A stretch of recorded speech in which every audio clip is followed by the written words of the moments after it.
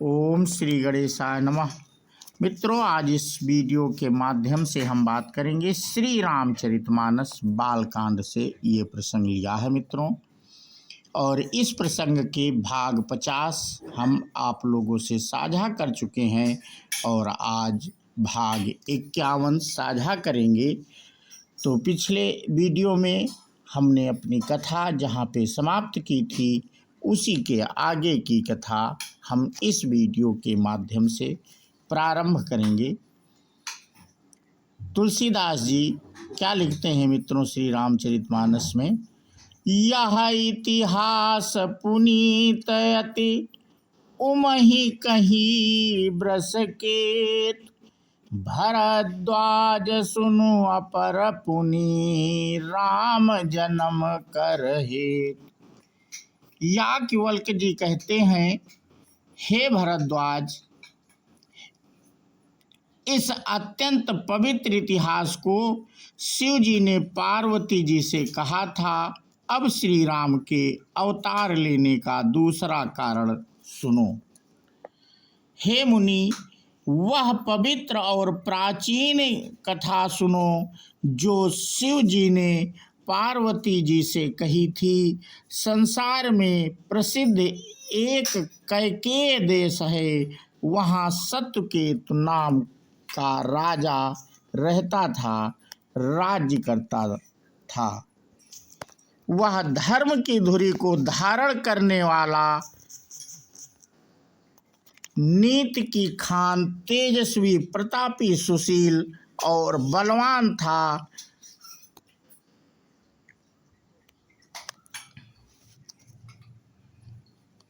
उसके 2 वीर पुत्र थे जो सब गुणों के भंडार और बड़े ही रणधीर थे।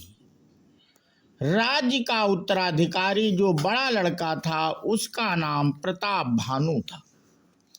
दूसरे पुत्र का नाम अरिमर्दन था, जिसकी भुजाओं में अपार बल था और जो युद्ध में पर्वत के समान अटल रहता था।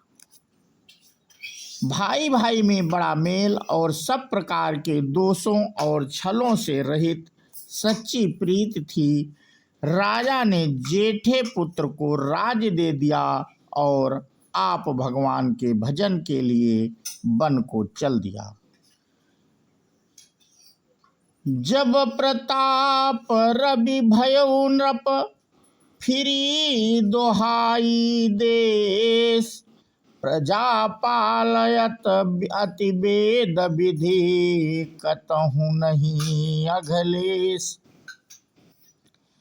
जब प्रताप भानु राजा हुआ, देश में उसकी दुहाई फिर गई।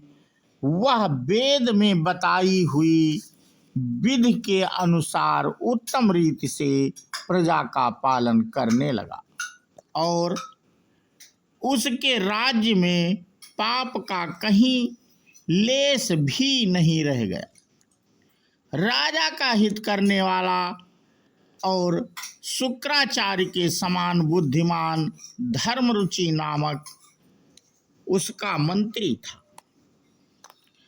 इस प्रकार बुद्धिमान मंत्री और बलवान तथा वीर भाई के साथ ही स्वयं राजा भी बड़ा प्रतापी और रणधीर था। साथ में अपार चतुरंगिणी सेना थी, जिसमें असंख्य योद्धा थे जो सब के सब रण में जूझ मरने वाले थे।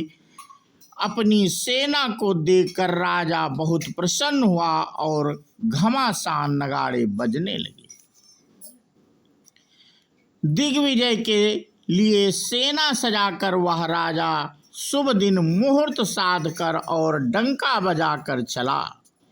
जहाँ तहाँ बहुत सी लड़ाइयाँ हुई, उसने सब राजाओं को बलपूर्वक जीत लिया। अपनी भुजाओं के बल से उसने 7 द्वीपों भूमिखंडों को वश में कर लिया और राजाओं से दंड कर लेकर उन्हें छोड़ दिया। संपूर्ण पृथ्वी मंडल का उस समय प्रताप भानु ही एकमात्र चक्रवर्ती राजा था। स्वबस विश्व करि बाहुबल, निज पुर कीन्ह प्रवेश, अर्थ धर्म कामादि सुख, सेवई समय नरेश।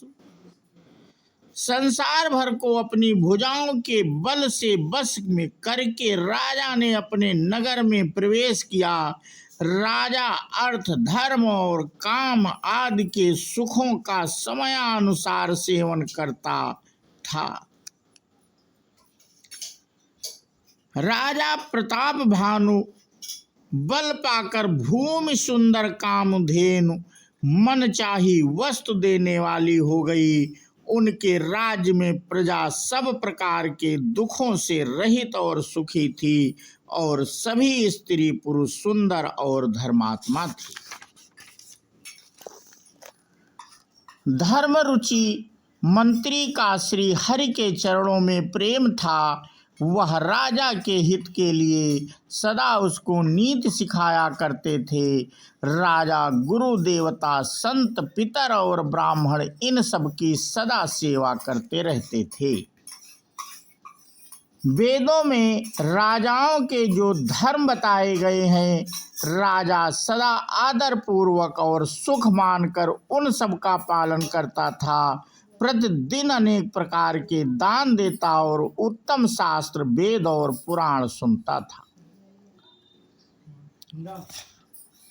उसने बहुत सी बावलियां, कुएं, तालाब, फुलवाड़ियां, सुंदर बगीचे, ब्राह्मणों के लिए घर और देवताओं के लिए सुंदर विचित्र मंदिर तथा सब तीर्थ भी बनवाए।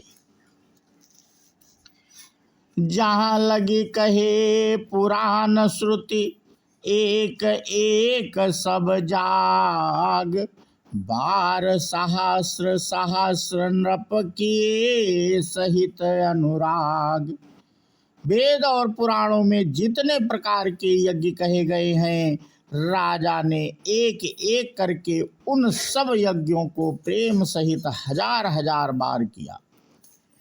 राजा के हृदय में किसी फल की टोह कामना न थी।